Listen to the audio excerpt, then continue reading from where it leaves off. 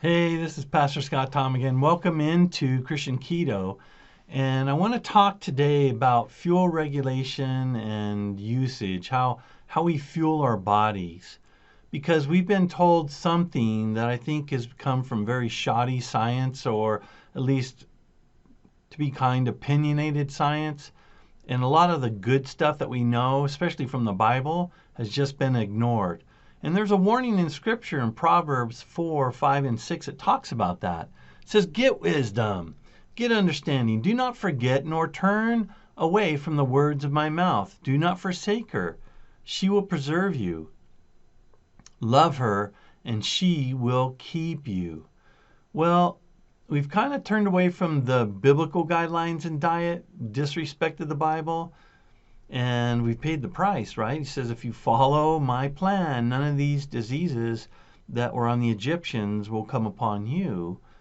And we've kind of ignored that and gone away from that. Even in recent history, of these things were not rampant in our society. You didn't have the cardiovascular disease that we're seeing now, or the diabetes, or the inflammatory diseases before the 1950s.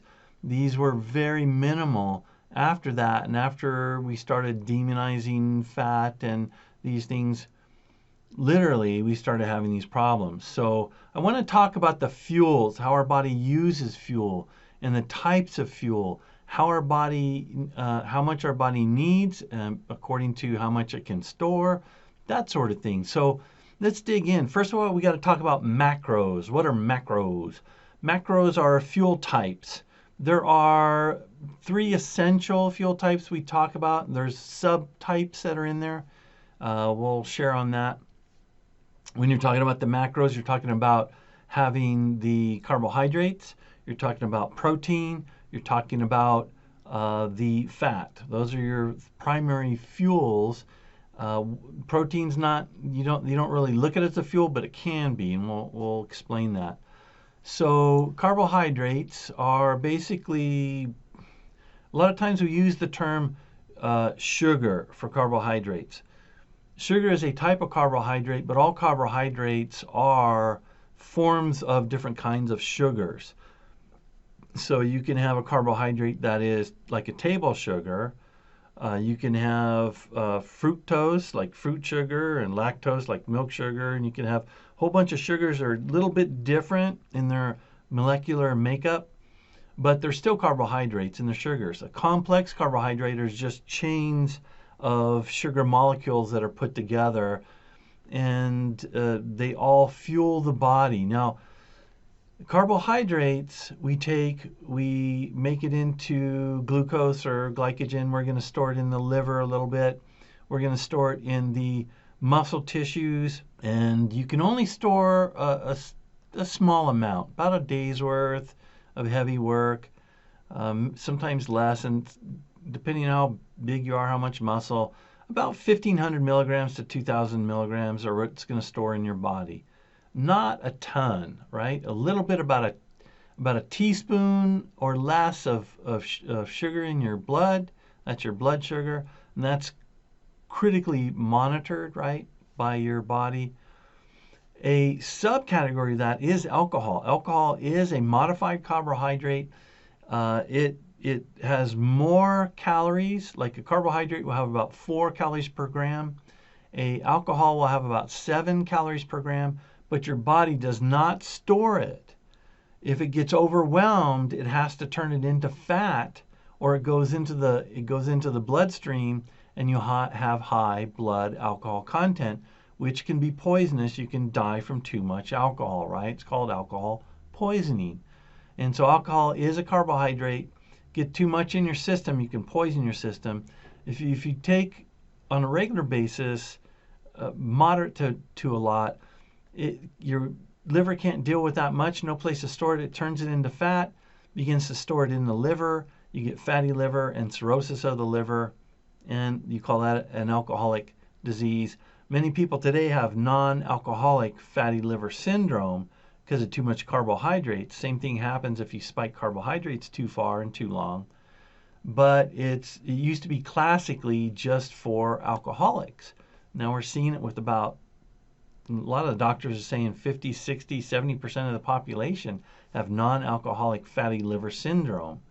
So, but if you're going to drink alcohol, and if you say, hey, the Bible gives me some privilege in doing this, Timothy had a little bit for his stomach's sake. There is some medicinal purposes. Very, very small amounts. Not strong drink, and I recommend not at all, right? I don't at all. But Proverbs 20, verse 1 says, wine is a mocker, strong drink is a brawler. It will damage your system. It will beat your system up. Your system isn't made to process a ton of it. And whoever is led astray by alcohol, if you want to love your alcohol, the Bible says you are not wise. I'm not going to use the other term, opposite of wise, but the Bible's calling you that, right? That's carbohydrates. Protein is another fuel source, and by glycogenesis, your body can take protein and actually can turn it into carbs. It can turn it into sugars, and your body can use that. Doesn't like to do that all the time. It can. It's part of its process. It's not bad, but it's not very efficient. It's only about 4 calories per gram because it takes calories to turn it in. So you burn a little bit of fuel trying to turn it into a fuel. It's not the best process. And so your body doesn't store it as a fuel. Yeah, you'll have it in your cells, your amino acids, have it in your muscles, that sort of thing.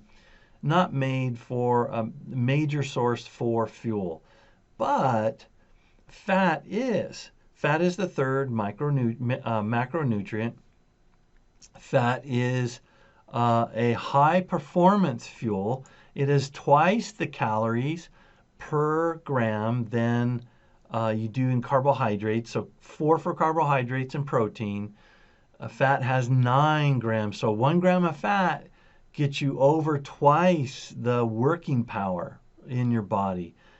Fat burns a lot cleaner, and you can store a ton of fat on your body. I know, I had a lot on my body, so I'm still working off some of that. But it's part of your body. Look, it begins to tell you something. If you store almost no alcohol, how much alcohol should you have? Almost no or none. If you store, some carbs but not a ton, then don't eat a ton. Your body doesn't need any more. But it can store a lot of fat. Well, Pastor Scott, you shouldn't eat it just to store it, but we're going to talk about that. If you tell your body, I want you to burn fat as your main fuel, it won't store it. It'll burn it. So which are these? Here's a pop quiz. Which of these are essential for life? Carbohydrates, protein, and fat. All 3, right? No, trick question. And you probably saw it coming. Because you don't need carbohydrates for life, because both fat and protein can be turned into it. But there is essential protein acids, essential amino acids, right? And essential fatty acids. They're essential for life. So if you watched some of the other videos, you already knew the answer to that. It's just making it fun. Let's look at the biblical wisdom, right? So we already looked at the Bible. We'll look at it again a couple places, but like Proverbs, go to Proverbs 23, 1 through 3. It talks about it. If you're sitting down with a ruler and, a king, and you're a person given to appetite, like you like to eat a lot, then he has these real delicacies, high sugary, high carbohydrate type of things, probably a lot of fat too in there. He says, you might as well put a knife to your throat because you're killing yourself. That's the paraphrase to it, right? Also, it says, don't eat a lot of honey. Don't eat a lot of carbs because it's going to mess with your stomach. And that's in Proverbs 25:27. So as we go through this, then what's the biblical wisdom on this? What about fat? Does the Bible condemn fat? No, it actually does the opposite, doesn't it? They weren't supposed to eat the visceral fat by the kidneys and the lobes by the kidneys and that sort of thing, because that could be dangerous. That could be septic. It's not the best fat. It holds the most toxins in a body. That was burned on the altar. But the other fat, God uses that in ways that are descriptive of that it is good, right? So the fat of the land. In Genesis, when the family of Jacob is going into the land of Egypt, the Pharaoh says, "Oh, I'm going to give you like the best. I'm going to give you the fat of the land. You take the best calf, which is the fatted calf. You take." So it uses this analogy, meat and fat, as being deep, being good, be the most nutritious, right? Not the milk of the word, but the meat of the word, right? So you see where it talks about, we looked in Isaiah 25:6, God says, I'm going to give you the fullness of the land, the fat of the land, the goodness of the land. So fat is not bad. We have to get over our fat phobia. But now let's look at an analogy for these three fuels. So let's think of our body as a vehicle. I'm going to call us semi-trucks. I think that's a great analogy because you get to choose what fuel goes in your body. Let's say we have a semi-truck that has flex fuel and it can burn either diesel or hydrogen, right? So let's say this truck is carrying a tanker truck's carrying hydrogen behind it, and it's got its diesel fuel tank on it. So it's got the two fuels. Normally it doesn't work like that. You don't tap into the fuel tank behind you. But what if it could? We can with our body, right? We can tap into the fuel storage on us, our tank, our storage tanks, our fat cells, and we can eat, we can burn what's coming in our stomach, what's in our other smaller tank, which is like the diesel tank. So your body has regulatory systems. So you gotta maintain your hormones, you gotta maintain your blood glucose, your sugar levels, right? All these things. Same thing with a car. You've got to maintain your heating system, your braking system, your cooling system, your lubrication system, your fuel system. All that has to be regulated too. So it really, the analogy works good. So in your body you have these engines. It's called they're called mitochondria. They're flex fuel. So also think about, let's say in your semi truck you have an engine and it's flex fuel too. It'll burn either or. Now, the fuels, though, that you burn are going to burn a little differently, right? They're not exactly the same, but you have two main fuels that you take in. So on your body, you can take in carbohydrates or you can take in fat. On the truck, you can take in the carbohydrates or diesel, or you can take in the fat, which we also will just use the analogy of hydrogen.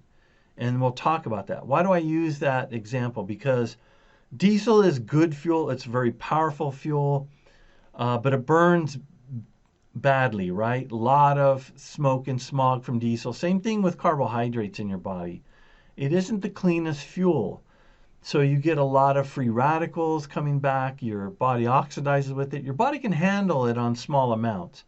When you burn it constantly, you oxidize your body, you have free radicals in your body, you start to struggle, you age faster, start dealing with breakdown of your systems. Just like in a car, you burn dirty fuel, you're going to have carbon buildup on your fuel injectors, on your pistons, on your rings, your cylinder walls. Your fuel system's going to get clogged up. Your fuel filter is going to get clogged up because of dirty fuel. And after a while, you have to call in the doctors, the mechanics, to fix it, right? Or if you catch it early enough, you can change your fuel. A lot of fuel have additives that will fix that and burn that off, right? So the diesel is like that. It's a fuel that's got a lot of power. It's good in your body. Think of this as your sugars, your glycogen in your muscles and in your liver. It's great for initial inertia, for quick energy and power. But the other fuel, the hydrogen, your fat, burns very efficiently. And fat doesn't produce near the amount of antioxidants, nor does it oxidize that much. So your body can, for longer trips, a lot more power, endurance, cleaner, higher metabolism. Fat is the good fuel. So when the difference here is that when they call you a sugar burner or a fat burner, right? So if you're burning carbohydrates, then mostly what you've done is, if insulin is up, because you got two drivers, and we're going to talk about that in a minute. When insulin is up, it's near impossible to burn the hydrogen or the fat. You're only burning the the glucose or the sugars, or what we use as our analogy, the diesel. So you're only burning the hard stuff. If you're eating fat, really low carb, your glucagon is driving, then what happens is you can burn the fat, or you're burning the hydrogen, and this is what's called being in ketosis. Your liver takes this in, takes the fat, turns it into different fat burnable molecules, right? The most identified with this is ketones. So you're ketogenic when you're burning more fat than you are sugars, and you're flex fueling, you're burning more of the fat all over. Your heart loves to burn the fat. Seriously, you think that would be opposite. It burns really well. It loves that. It almost primarily wants that as its fuel. Same with your brain. Don't you need the sugar, the carbs for your brain? Yeah, it can use that, but it really, really loves the ketones. They run on that. Now, so you have a choice to regulate your body, just like you have a choice to regulate what fuels and how your semi-truck burns those fuels. Do you want it to burn diesel all the time and you have a lot of pollution, or just run it when you need it, like at its best, what it's used for, initial inertia, power, short term, and then tap into your other fuel, right? And your other fuel runs very efficiently. A lot of power to run at maintenance level, burns very clean, hardly have to make any trips to the mechanic. And that's what's called, when you're burning the ketones, your body's making the ketones because you're eating low carbs, low diesel, burning the fat, burning the hydrogen, you're in ketosis. That's what that's called. And so you're born in ketosis from the womb, and then you're drinking the mother's milk, which is high fat, medium protein, and low carbohydrates.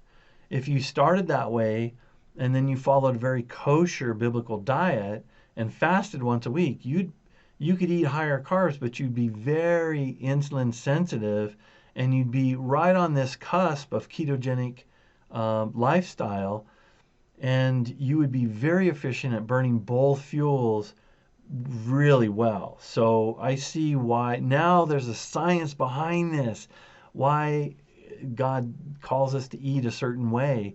But you now have a choice. You have to choose and tell your body which one to use. And it isn't just by saying in your mind, make ketones, burn.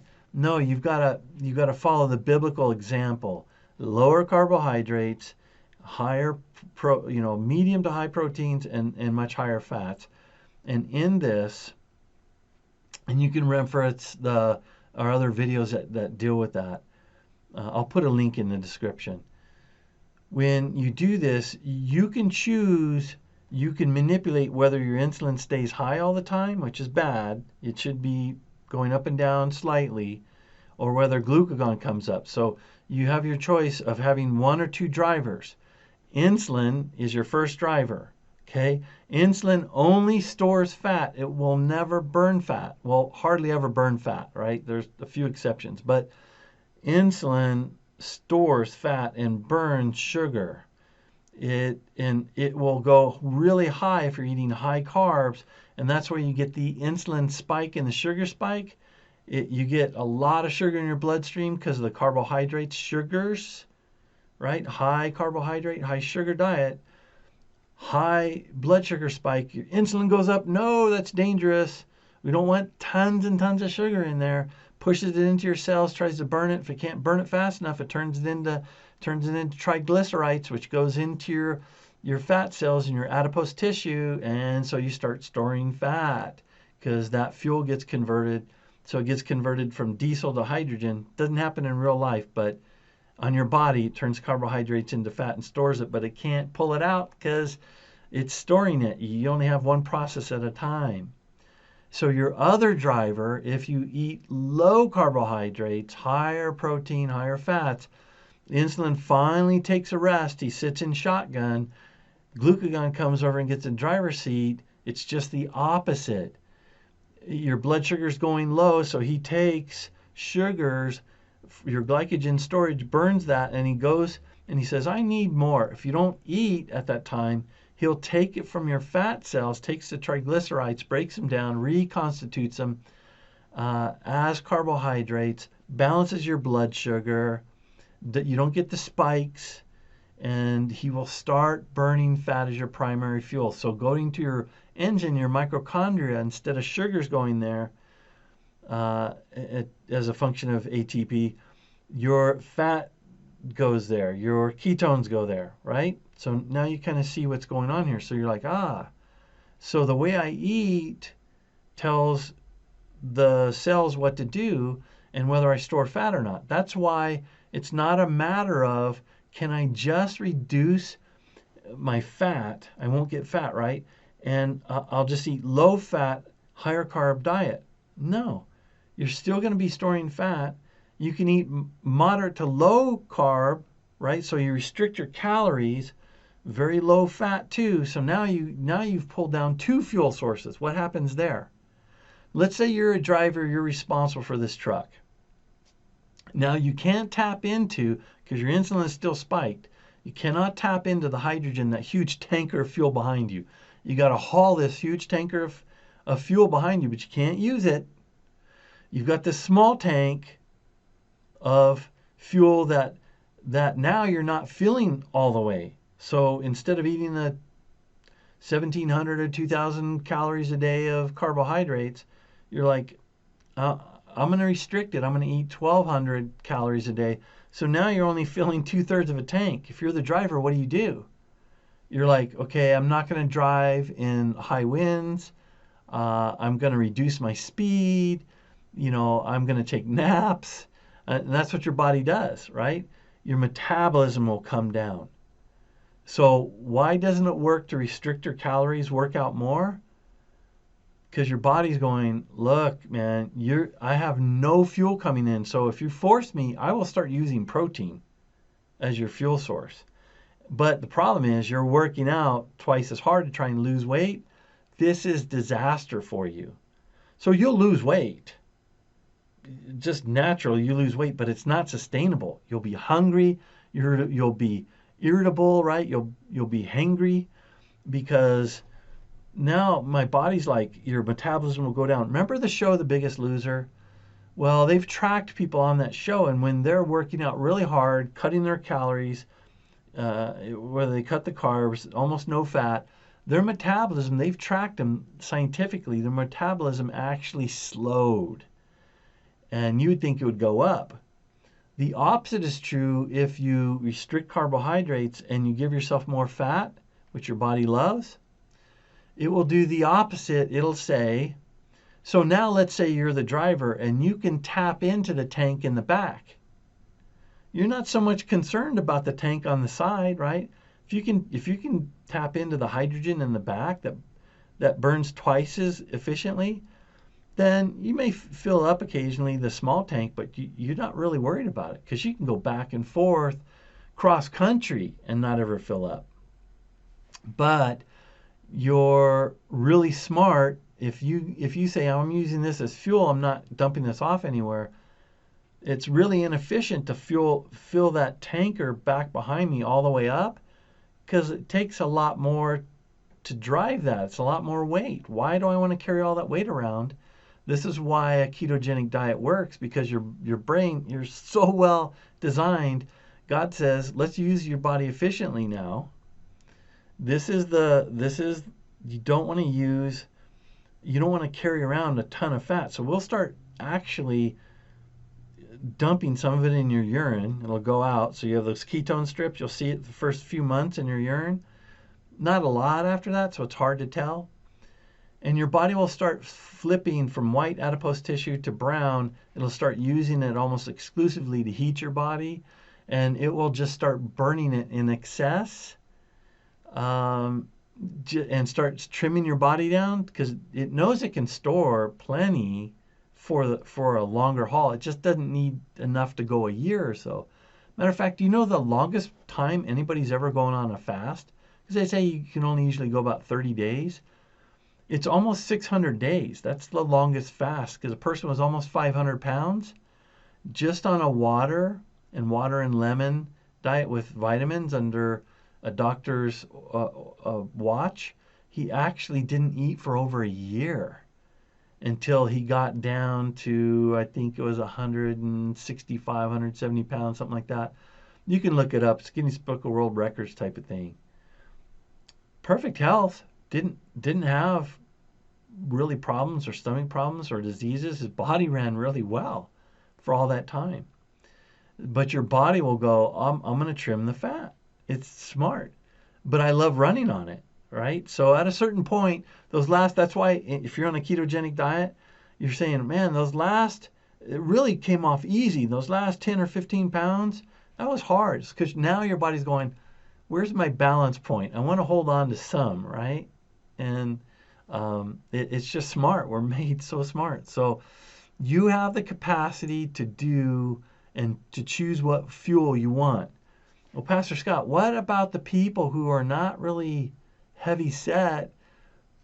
A lot of the Asians, the Asian Indians, the Pakistanis, like the Chinese, they eat a lot of carbs. They're not fat. They're healthy, right? They're not fat. Most of them aren't. Some are.